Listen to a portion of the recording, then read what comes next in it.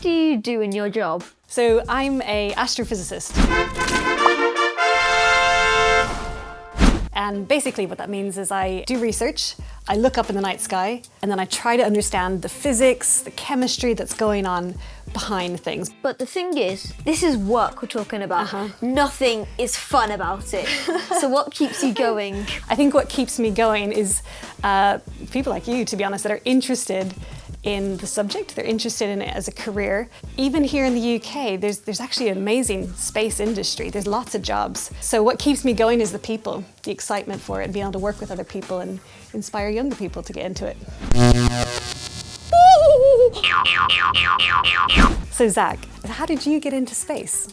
It started with Star Wars, really. Star Wars. And then I thought what it would be like to live in a different atmosphere other than Earth. And I like to look at the stars and think some of them are even as big as the sun. It just made my mind blow up. I know the feeling. So Zach, this is a piece of the moon. What?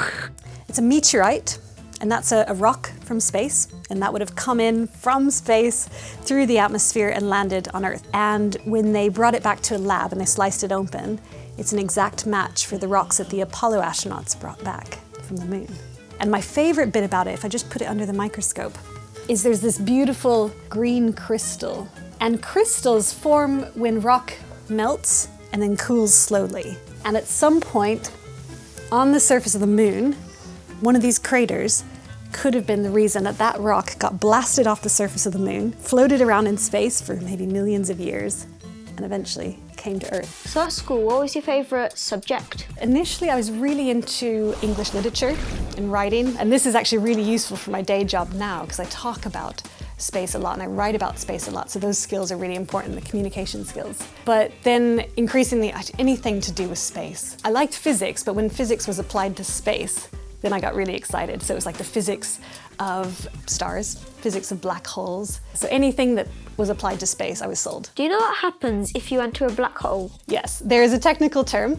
It's called Spaghettification, which literally means if you or your spacecraft or anything was to fall into a black hole, it gets stretched like a noodle of spaghetti. As you get closer, the gravity, it will be stronger because it's closer to the black hole than your head.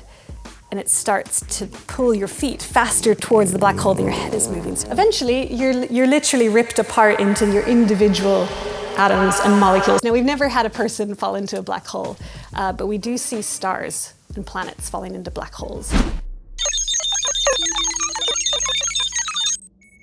So what sciences did you learn? First, you want to be able to study lots of different things. Maybe even biology, geology, because you could be looking for aliens on other planets, maybe. Then, when you know that you have a good breadth, then you can kind of specialize and say, actually, I want to study astronomy and astrophysics.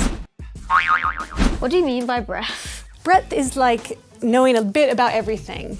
So not just saying I'm going to study astronomy only, but saying I'm going to study chemistry, I'm going to study maths, I'm going to study physics, and maybe even things like public speaking and being good at writing and things like that. So it's about being a jack of all trades and then specializing.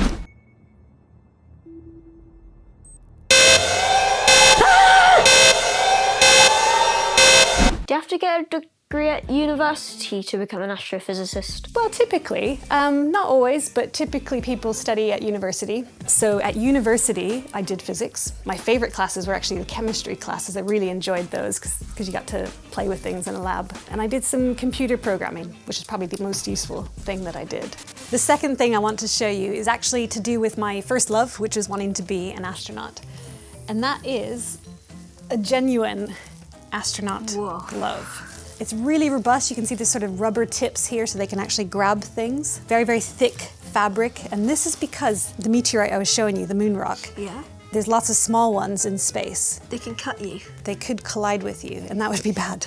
So even something the size of like a fleck of paint, if it hits you at high speed, that could puncture things. So this is like a bulletproof material to protect you from very, very small bits of rock. Why is there a mirror on the back of the hand? That's a good question. Do you have any ideas? To look who's behind you, like Maybe. you do on a car. Maybe there's an alien that's come up behind you, you never know.